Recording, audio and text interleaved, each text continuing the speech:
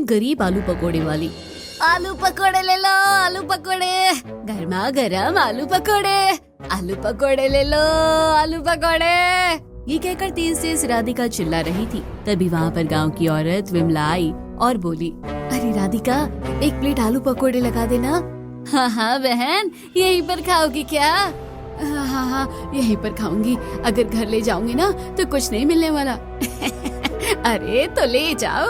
अरे पैसे भी नहीं है तभी तो। अच्छा ठीक है, मैं अभी आपको लगा देती हूँ। इसके बाद राधिका ने एक प्लेट आलू पकौड़ी की विमला को दे दी, जिसे देखकर विमला काफी खुश हुई और खाते हुए बोली, अरे बहन, मैंने तुम्हारे जैसे आलू पकौड़े बनाने की कई बार कोशिश की, हर बार फेल हो गई। तुम्हारे हाथों में बड़ा ही स्वाद है। अब कुछ भी कहो बहन, गरीबी में मुझे ये सब करना ही पड़ता है। अरे नहीं नहीं, तुम्हारे हाथों में स्वाद है। तुमने बहुत अच्छा किया जो तुम आलू पकौड़े का ठेला लगाने लगी। लगाना पड़ा बहन, आपको तो पता ही है, मेरे पति के गुजर जाने के बाद मेरे ऊपर मुसीबतों का पहाड़ टूट पड़ा। हाँ ये तो तुम बिल्कुल ठीक कह रही हो, फिर भी तुमने बहुत हौसला बनाए रखा और अपने बच्चों की परवरिश अच्छे से कर रही हो। तभी वहाँ पर मीरा रोहन को लेकर आई और बोली, माँ देखिए, आज रोहन ने स्कूल में बिल्कुल भी पढ़ाई नहीं की थी। क्यों रोहन, आज तुमने स्कूल में पढ़ाई क्यों नहीं की? माँ मेरा पढ़ाई में मन नहीं लगता इस वजह से। अरे बेटा, अगर पढ़ाई नहीं करोगे तो मेरी तरह तुम्हें ठेला लगाना पड़ेगा। हाँ हाँ माँ, बिल्कुल ठीक कह रही है। चलो घर चलते हैं। माँ मैं रोहन को घर ले जाती हूँ। हाँ हाँ तुम लोग घर जाओ, मैं शाम को आ जाऊंगी। ये सुनकर मीरा रोहन को घर ले गई, जिस पर विमला ने कहा, अब तो मीरा काफी बड़ी हो गई है, तुम उसे अपने ठेले पर रख लो। नहीं नहीं, मैं नहीं चाहती मीरा मेरे ठेले पर काम करे। मैं चाहती हूँ पढ़ लिख कर कुछ बन जाए। बहन, इस गरीबी में तुम उसे कुछ बना पाओगी?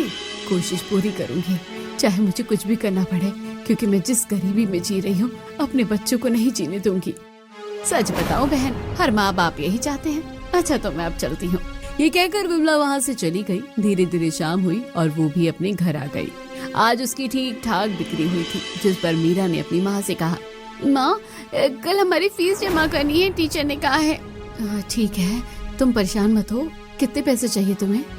माँ मुझे 1000 रुपए चाहिए, 500 मेरे, 500 रोहन के। ठीक है, कल सुबह 1000 रुपए मुझसे ले लेना। ये सुनकर मीरा काफी ज्यादा खुश हुई, पर जब उसने अपनी माँ के हाथों में छाले देखे तो उन्हें देखकर उसे काफी दुख हुआ। जिस पर मीरा ने राधिका से कहा, माँ एक बात कहूँ आपसे? हाँ बोल बेटी, क्या कहना चाहती है? आप इतनी मेहनत क्यों करती हैं? मैंने देखा है पिताजी के जाने के बाद आपने हमारा बिल्कुल उनकी तरह ही ध्यान रखा है।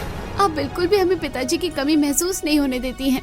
क्योंकि बेटा मैं नहीं चाहती तुम्हें अपने पिताजी की याद आए, क्योंकि मुझे पता है अगर तुम लोग दुखी रहोगे तो पढ़ाई पर ध्यान नहीं दे पाओगे। माँ पढ़ लिख कर हम लोग क्या कर पाएंगे? कुछ नहीं। मैं चाहती हूँ क्यों ना आपके साथ ठेले पर हाथ बटाने लग जाऊँ। नहीं नहीं, ये तूने क्या कहा? आज के बाद कभी भी ऐसी बातें मत करना। मैं चाहती हूँ तुम पढ़ लिख कर कुछ बनो, जिससे हम लोग फिर गरीब नहीं रहेंगे। अगर आप यही चाहती है तो माँ मैं पूरी कोशिश करूँगी। वहीं रोहन खेलने में लगा हुआ था। रोहन को इस तरह खेलता हुआ देख मीरा ने कहा, पर मुझे नहीं लगता ये रोहन कुछ कर पाएगा। बेटी अभी ये छोटा है, जब बड़ा हो जाएगा तो वो भी तुम्हारी तरह ही हो जाएगा। ये सुनकर मीरा मुस्कुरा दी। धीरे धीरे समय गुजर रहा था। राधिका बहुत ज्यादा मेहनत किया करती थी। सुबह उठ जाया करती और ठेला लेकर गांव गांव में घूमा करती थी। गर्मा गर्म आलू पकौड़े ले लो, गर्मा गर्म आलू पकौड़ी। अरे बहन, जरा आलू पकौड़ी मुझे भी खिला दो। हाँ हाँ हरिया भैया, अभी खिलाती हूँ आपको। और बहन, आपके घर के हालचाल कैसे हैं? मेरे घर के हालचाल ठीक है, आप अपनी बताइए। मेरे भी हालचाल सही हैं बहन, पर इस बार फसल अच्छी नहीं हुई, जिस वजह से थोड़ा परेशान हूँ। क्यों, क्या हो गया भैया फसल को? पता नहीं बहन, लगता है कीड़े लग गए हैं। अरे तो आपने उसमें दवाई नहीं डाली थी? दवाई तो डाली थी बहन, पर क्या कर सकते हैं, शायद मेरे नसीब में यही था। अरे आप ऐसा क्यों कह रहे हैं भैया? नसीब में तो कुछ नहीं होता, नसीब तो हमें बनाना पड़ता है। अरे बहन कहाँ, ये सब तो कहने की बात है। वैसे एक बात कहूँ, तुम्हारी आलू पकौड़ी बड़ी स्वादिष्ट है। अरे भैया मैंने आपसे कहा ना, होता कुछ नहीं है, बनाना पड़ता है। जिसे सुनकर हरिया थोड़ा हैरान हुआ और फिर पैसे देकर वहाँ से चला गया। इसके बाद राधिका फिर से आलू पकौड़ी बेचने लगी। तभी वहाँ पर गांव का सेठ रामदास आया। रामदास एक नंबर का चालबाज था और उसने राधिका से कहा, अरे राधिका, क्या कर रही हो? कुछ नहीं सेठ जी, आलू पकौड़ी बना रही हूँ। अरे जरा मुझे भी अपने हाथों की आलू पकौड़ी खिला दो। हाँ हाँ क्यों नहीं सेठ जी, आप बैठिए, मैं अभी खिलाती हूँ। इसके बाद रामदास वहीं बैठ गया। तभी राधिका उसके लिए आलू पकौड़ी लेकर आई और बोली, लीजिए सेठ जी। हाँ हाँ रख दो यहाँ। वैसे तुम्हारी बिक्री कैसी हो रही है? मेरी बिक्री बहुत अच्छी हो रही है सेठ जी। अरे वाह, वैसे तुम्हारे दोनों बच्चे पढ़ाई करने चाहते होंगे। हाँ हाँ सेठ जी, दोनों पढ़ाई करने जाते हैं। मुझे बड़ा दुख होता है, तुम्हारा जब से पति गुजरा है तब से तुम अकेली हो गई हो। मैंने तो तुमसे पहले ही कहा था, पर तुमने मेरी बात नहीं सुनी। अरे सेठ जी, आप ये क्या बेकार की बातें लेकर बैठ गए? आप पकोड़े खाइए ना आराम से। तभी वहाँ पर हरिया आया और बोला, अरे बहन जल्दी से 2 प्लेट आलू पकौड़े लगा देना। हाँ हाँ हरिया भैया, अभी लगा देती हूँ। तभी हरिया की नजर सेठ पर गई और बोला, अरे सेठ जी आप यहाँ पर, लगता है राधिका बहन के पकौड़े खाने आए हैं। हाँ तुम ठीक कह रहे हो, राधिका इतने अच्छे पकौड़े बनाती ही है। हाँ सेठ जी, ये तो आपने बिल्कुल ठीक कहा, इनके हाथों में बड़ा ही स्वाद है, तभी तो मैं इनके रोजाना पकौड़े खाने आता हूँ। ये सुनकर राधिका मुस्कुराई, पर उसके चेहरे पर घबराहट साफ नजर आ रही थी और उसने जल्दी से हरिया को आलू पकौड़ी की प्लेट पकड़ा दी। जिसके बाद उसने पैसे दिए और वहाँ से चला गया। जिस पर सेठ ने कहा, कितने पैसे हुए तुम्हारे? बस 20 रुपए सेठ जी। ये सुनकर सेठ काफी खुश हुआ और उसने अपनी जेब में से 500 रुपए निकाले और राधिका की तरफ बढ़ाते हुए कहा, ये लो रख लो। सेठ जी, पर मेरे पास खुले नहीं हैं। अरे तो खुले देने के लिए कहा किसने? इसे मेरी तरफ से तोहफा समझकर रख लो। नहीं नहीं, जितने पैसे हैं मैं उतने ही लूंगी। अरे तुम्हारी भी राधिका वही आदत है, तुम बिल्कुल भी नहीं बदली हो। ये कहकर सेठ वहाँ से चला गया। जिस पर राधिका की आंखों में आंसू आ गए और उसे पुराने दिन याद आने लगे। राधिका रोती हुई सेठ के घर गई। उसे उस समय पैसों की बहुत ज्यादा जरूरत थी। बहुत तेज बारिश हो रही थी। बारिश में भीगती हुई राधिका ने सेठ के घर का दरवाजा खटखटाया। कोई है?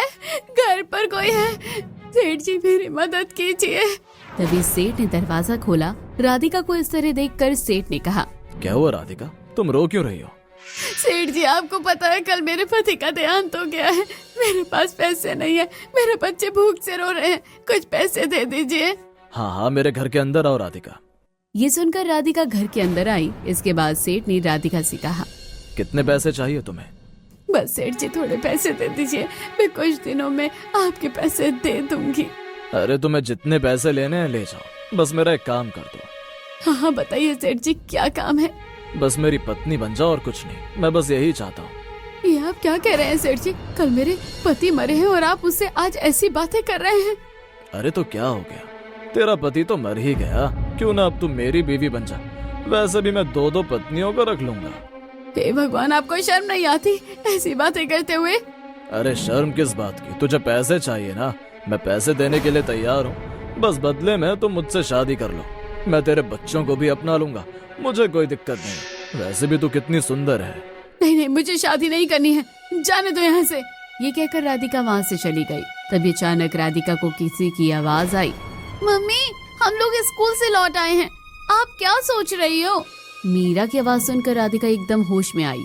उसकी आंखों में आंसू थे, जिसे देखकर मीरा काफी ज्यादा हैरान हुई। क्या हुआ माँ, आप रो क्यों रही हो? अरे कुछ नहीं बेटी, लगता है आंखों में कुछ चला गया है। ये कहकर राधिका ने जल्दी से अपने आंसुओं को पोंछा, जिसे देखकर मीरा ने कहा, आप मुझसे झूठ बोल रही हैं, बताइए ना क्या बात हो गई? कुछ नहीं, बस कहा ना आंखों में कुछ चला गया है। रोहन कहाँ पर है? उसे तो मैंने घर भेज दिया। मैं आपसे ये कहने आई हूँ, मैं अपने दोस्त के घर जा रही हूँ रोहन को लेकर। क्या? पर क्यों? अरे आज उसका जन्मदिन है ना, इस वजह से। ठीक है, पर शाम को जल्दी आ जाना। ठीक है माँ। इसके बाद मीरा वहाँ से चली गई। जिस पर राधिका ने अपने आप से कहा, गरीबी एक बहुत बुरी चीज है। मैंने गरीबी में जो देखा है, अपने बच्चों को वो मैं कभी नहीं देखने दूंगी। ये कहकर राधिका फिर से काम करने लगी। समय तेजी से गुजर रहा था। मीरा मन लगाकर पढ़ाई क्या करती थी, क्योंकि उसे अपनी माँ का सपना जो पूरा करना था।